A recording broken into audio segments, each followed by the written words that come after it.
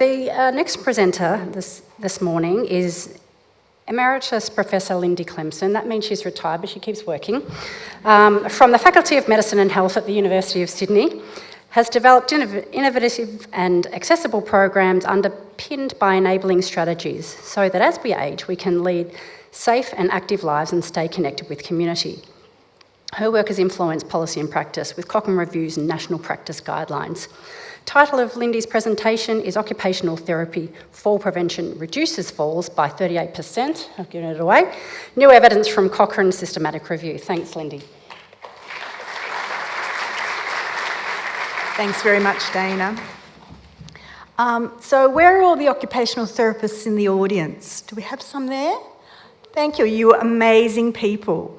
This is what you can do in one or maybe sometimes two home visits. So you are really amazing.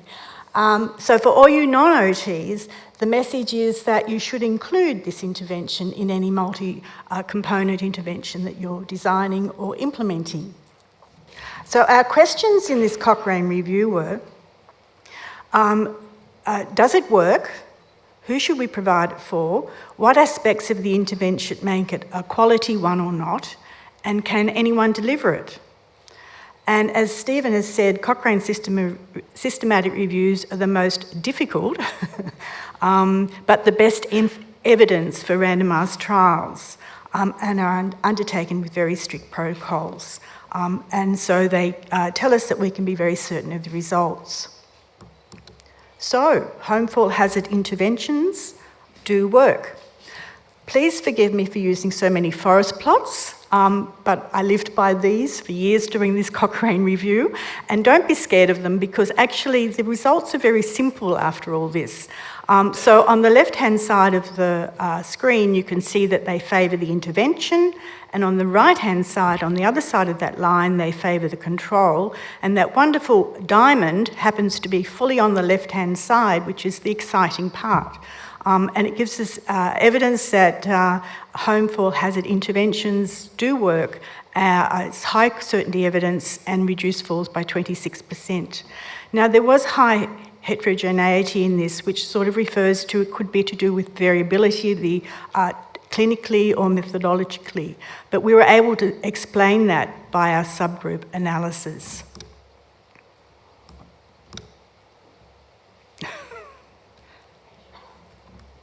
Okay. So this is our major finding in fact, and this explained the variability. So that when we divided it up into those people who were selected for higher risk of falling at baseline and those who were not selected for higher risk, we could see that there was actually a 38% less falls and significant for those. And these were people that were, see that list, they were recently hospitalised and had a fall, or were in functional decline. They were in the community and had multiple falls. They were community residing and had a history of a fall, were receiving aged care services or had an impairment in ADL or mobility, or a group that had severe vision impairment.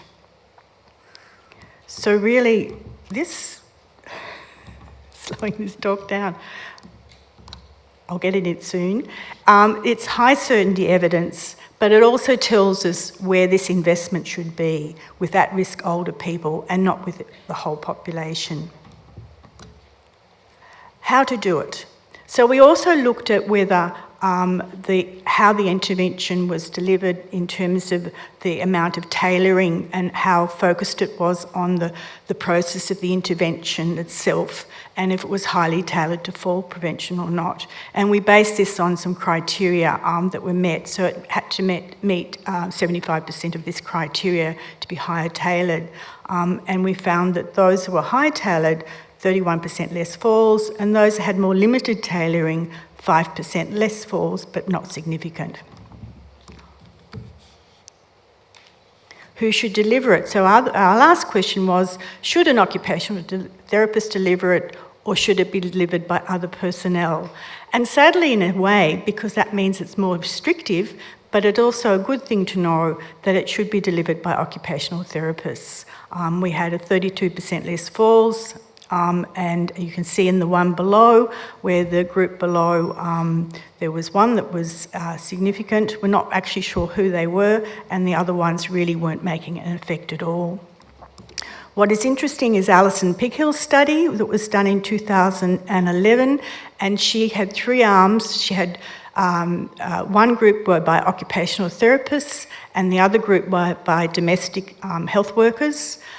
She trained them both groups exactly the same in the tailored intervention, but the difference was quite clear in the results.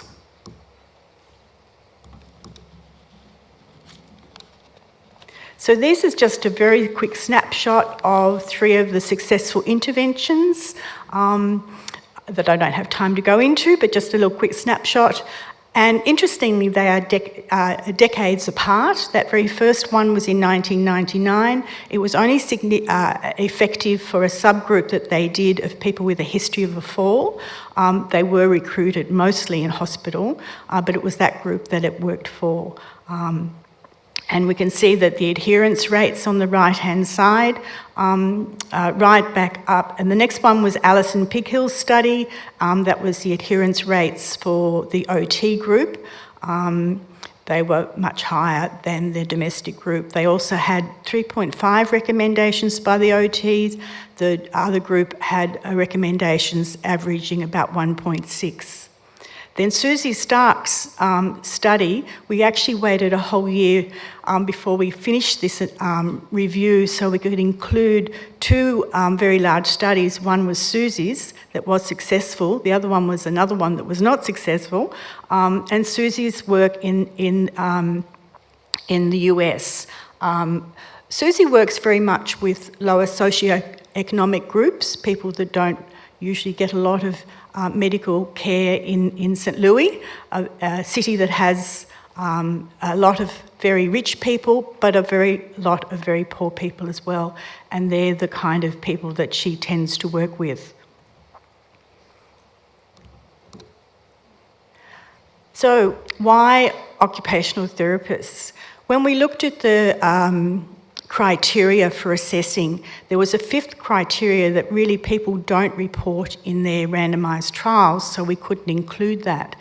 But in Alison's paper, at the discussion, she talked about how that the smaller number of falls in the OT group were probably a result of greater safety and a combination of behavioural and environmental approaches. So I guess occupational therapists bring to the table enhanced understanding of the effect of the intervention on function, and also a problem-solving approach is something is our bread and butter, and we've learnt to do that. And so we feel that that's probably why the outcomes are different. So it's likely that the intensity and the participant involvement directly affects adherence, and there's a lot of evidence around that participation involvement in decision-making enhances adherence to recommendations. And secondly, I just want to reiterate how important it is. It's not just what we do, but who we do it with. The other large study that I waited for a year to be finished was one by in the UK by Sarah Cochrane, a huge study. Actually, Alison was involved in that as well and trained the occupational therapists, but that was not successful. And when we looked closely at it and they interviewed the OTs, they kind of said that the OTs that said that the people... So I remember this trial, they had so many people they had to recruit, 1,000 people in a short period of time. They were really working hard at the recruitment, and somehow they recruited a lot of people that the OTs described as poles apart in terms of functioning and demographics, that they wouldn't have normally on their caseload. And they described such participants as active and very able-bodied with high standards of living in their home environments. And so overall, this trial was not effective. So they were obviously not looking at as closely as they could have done in who they recruited, which was unfortunate. But it helped, I guess, define what we think was important as well in this outcome. So in summary, it seems to make sense that the strongest effects are when given to people at higher risk rather than the general community of older people. It needs to target the outcome of interest to be tailored to falls prevention and is more effective when delivered by an occupational therapist. So to be work, it needs to include specific elements from the assessment in the home, education, a plan to remove or change hazards, and to help to install those changes. We will follow up with a manuscript that could be more user-friendly and accessible when we get some time in my retirement and my other colleagues find some time in their busy lives. And this will be in the new guidelines for community in terms of what to do following up after you're home from hospital, as well as working in the community. And just to remind people, there is an online falls prevention program that the network now offers. And for anyone interested, they could look up some of Susie Stark's work in the US. So thank you very much.